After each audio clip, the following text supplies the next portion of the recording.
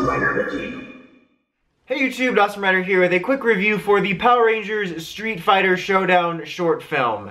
That's a lot. It's like a Sally sells seashells down the seashore thing. Anyway, that's just like a mouthful. Anyway, I said anyway a bunch of times. So this was that short film that was teased a while back in a little teaser that basically is promoting Power Rangers Legacy Wars, with the addition of Ryu Ranger, not Ranger Ryu Ranger. This is Ryu Ranger based off of Ryu from Street Fighter to promote the cross promotion. There's a lot of, this is like allow myself to introduce myself, the video. But yeah, so it's promoting the Street Fighter crossover, and it was a fun little thing. I thought it was pretty cool. It was enjoyable. It wasn't like a huge, amazing thing that was super long and full of plot. Although, within the 7-ish minutes that this film existed, I felt that it had more plot than all of Ninja Steel. I was like, I'm kind of half saying that as a mean joke, but I'm also kind of half serious.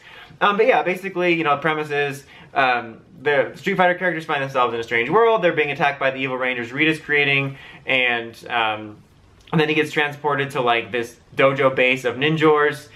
Tommy and Gia team up with him, and there's some really cool, well, I guess cool, but I mean like the suits look really good. The suits we got back for it look really good. Like we start with Evil Dino Thunder Black, and then Jen is in there. I think it's Aaron Cahill's voice, I'm like 99% sure.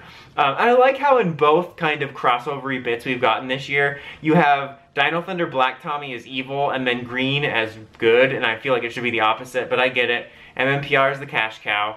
But yeah, so they team up with them, give them the power coin just like the teaser, and then they fight against Bullshar. No, that's the villain from Winona Earp, but Imbull or whatever, I don't know, I'm not a Street Fighter guy, but they fight against the villain guy. There's some good civilian fight stuff, and then we morph up. We didn't get morph sequences, obviously, but we did get like some little, you know, computer-generated energy effects, which, hey, was at least like a nice touch. As far as Ryu Ranger's suit goes, I kind of already gave my thoughts on it, but, you know, having seen it more, I'm still not overall a huge fan of it, but I really do like the helmet, and it kind of reminds me of Jetman's a little bit, and I like that even though his, like, armor is, you know, clearly based off of Green Ranger, I like that it's kind of changed a little bit for his aesthetics. I don't know. It's overall kind of a neat thing they did. And Tommy's using that sort of Bat and Sun Green Ranger upgraded suit, and then you get just Gia as regular Megaforce. It's funny because it reminded me of people complaining she didn't go straight to Super Mega, not Ultra, in the crossover in Dimensions in Danger. But I'm like happy about that because I love the Ghost Sager Megaforce suits. But yeah, so we get some cool fight scenes with that, and then they do, you know, classic Street Fighter finisher stuff, and Gia does go to Super Mega for that, and we actually get a cool little Instamorph sequence for that, which actually looks better than the one in the show. It looked really cool. I liked it a lot. Again, it was just a nice little touch. And, you know, they finish him off, and then they're like, good work, team, you know, I'm proud to fight beside you. You know, that's the same line from Legendary Battle. And what was kind of funny, well, funny and kind of neat is, oh yeah, gotta rewind. When they rescued Ninjor, who was on the ground, he did not have Ninjor's, oh, the Rangers, that was not right. That was like a Guilmon with a sinus infection. But he didn't have Ninjor's voice, which, you know, it would have been kind of nice to hear. I don't know whether they wanted it to be more serious, so they didn't want to have Ninjor's voice, or they just didn't care about it, or they wanted, I don't know, but he didn't have Ninjor's voice, but it wasn't too huge of a deal. And anyway, fast forwarding back, at the end, Gia said, like, nice suit, and Tommy said, oh yeah, Ninjor gave me an upgrade.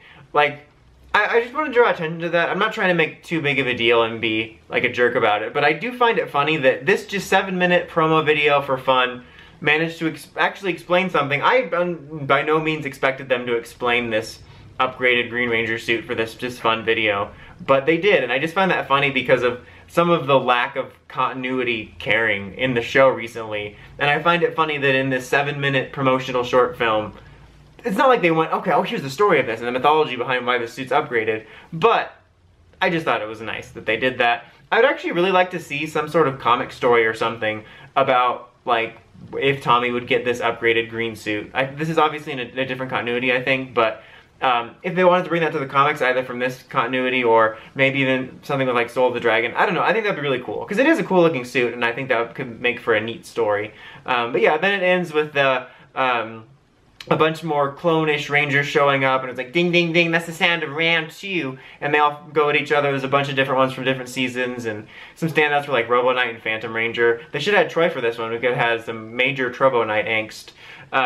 Something that's also funny is, like, I think it was at the beginning of the episode when all the Rangers were attacking and Phantom Ranger was there, like, his walk towards them, he was like, it was really funny. I thought it reminded me of that scene of Drunk Daryl in The Office. But yeah, I just wanted to do a quick video talking about it. I thought it was a fun little video. I don't necessarily feel the need to give it a score because it feels like something weird to give a score to, but I think it was very enjoyable and a nice little like drop of water in the desert of what is Power Rangers content right now in terms of like live action, because obviously we have the comics going right now, which is cool, but we are in a bit of a drought, mostly, I feel, because Ninja Steel is just, I feel like this is a run out the clock situation, and the toys are in this weird hiatus because we're waiting for the clock to run out for Bandai so we can get Hasbro stuff. So it's nice to get a little something enjoyable. So I definitely recommend you check it out. I think it's fun, a fun thing for Ranger fans and a cool way to promote the Legacy Wars stuff.